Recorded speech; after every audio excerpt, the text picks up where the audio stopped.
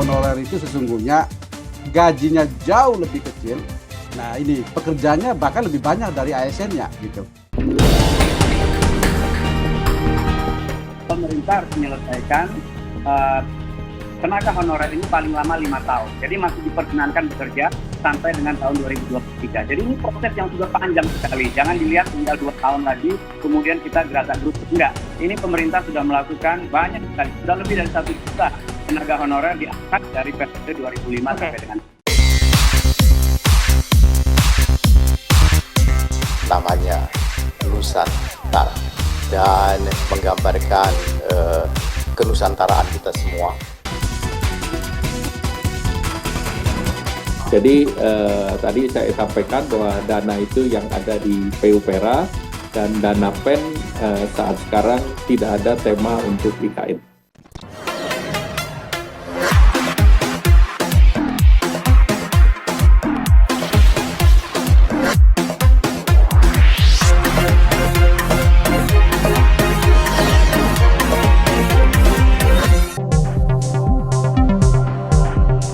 Pemerintah melalui Kementerian Pendayagunaan Aparatur Negara dan Reformasi Birokrasi Kemenpan RB akan menghapus status tenaga honorer di pemerintahan mulai tahun 2023. Penghapusan pegawai honorer sesuai dengan Peraturan Pemerintah Nomor 49 Tahun 2018 tentang Manajemen PPPK. Dengan demikian, pegawai pemerintah hanya akan terdiri atas pegawai negeri sipil dan pegawai pemerintah dengan perjanjian kontrak atau PPPK. Menteri Pendayagunaan Aparatur Negara dan Reformasi Birokrasi, Cahyokumolo, juga menyebut nantinya status pegawai pemerintah hanya ada PNS dan PPPK. Terkait tenaga honorer melalui peraturan pemerintah diberi kesempatan sampai dengan tahun 2023. Pegawai dengan status PNS dan PPK nantinya disebut ASN, ujar Cahyokumolo seperti kami kutip dari kompas.com. Pemerintah telah melalui proses yang panjang dalam upaya penghapusan tenaga honorer ini, dimulai dari pengangkatan menjadi PNS dan lain-lain. Undang-Undang ASN lahir tahun 2014 itu sudah mengatur bahwa ASN terdiri dari pegawai negeri sipil dan pegawai pemerintah dengan perjanjian kerja. Jadi memang honorer tidak dikenal di situ. Nah, kemudian ada PP turunannya, PP 49 2018 tentang manajemen P3K ini mengamanatkan bahwa pemerintah harus menyelesaikan tenaga honorer ini paling lama 5 tahun. Jadi masih diperkenankan bekerja sampai dengan tahun 2023. Jadi ini proses yang sudah panjang sekali. Jangan dilihat tinggal 2 tahun lagi, kemudian kita gerasak gerusuk. Enggak. Ini pemerintah sudah melakukan banyak sekali. Sudah lebih dari 1 juta tenaga honorer diangkat dari periode 2005 sampai dengan Dikutip dari laman resmi Kemenpan RB, salah satu hal yang menjadi kekhawatiran pemerintah adalah rekrutmen tenaga honorer yang tak berkesudahan oleh instansi pemerintah daerah.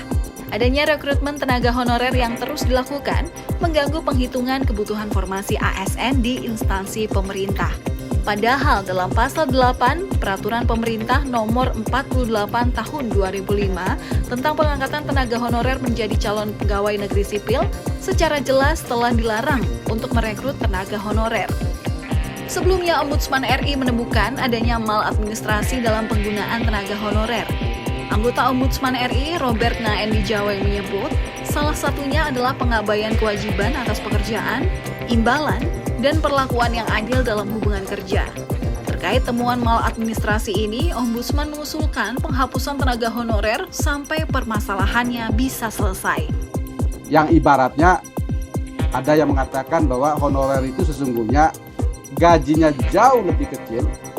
Kita menyebut gaji ya, karena honorer tidak menyebut gaji sesungguhnya, tapi bahasanya gaji aja lah. Gajinya jauh lebih kecil dari ASN, tapi pada konteks tertentu pekerjaannya lebih banyak. Nah ini pekerjaannya bahkan lebih banyak dari ASN-nya gitu. Mungkin juga ASN-nya entah ngapain, honorer yang kemudian mengerjakan pekerjaannya. Itu fakta. Hingga saat ini, total jumlah tenaga honorer mencapai lebih dari 400.000 orang, di mana 35,84% diantaranya adalah guru. Tenaga honorer berpeluang diangkat menjadi PNS sesuai Peraturan Pemerintah Nomor 48 Tahun 2005. Adapun syaratnya diutamakan yang mengabdi paling lama di instansi pemerintah dengan kriteria sebagai berikut. Pertama, Tenaga honorer yang berusia maksimal 46 tahun dan mempunyai masa kerja 10-20 tahun atau lebih secara terus-menerus. Kedua, tenaga honorer yang berusia maksimal 40 tahun dan mempunyai masa kerja 5 hingga 10 tahun secara terus-menerus. Ketiga, tenaga honorer yang berusia maksimal 35 tahun dan mempunyai masa kerja 1 hingga 5 tahun secara terus-menerus. Pengangkatan tenaga honorer menjadi CPNS ini diprioritaskan bagi tenaga guru, tenaga kesehatan, tenaga penyuluh pertanian, perikanan atau peternakan, dan tenaga teknis yang sangat dibutuhkan pemerintah.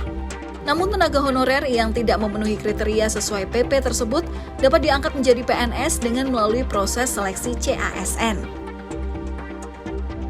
Selain itu, Cahyo menyampaikan, untuk memenuhi kebutuhan terkait pekerjaan mendasar seperti tenaga kebersihan atau cleaning service dan tenaga keamanan, security, disarankan dipenuhi melalui tenaga alih daya atau outsourcing dengan biaya umum dan bukan biaya gaji.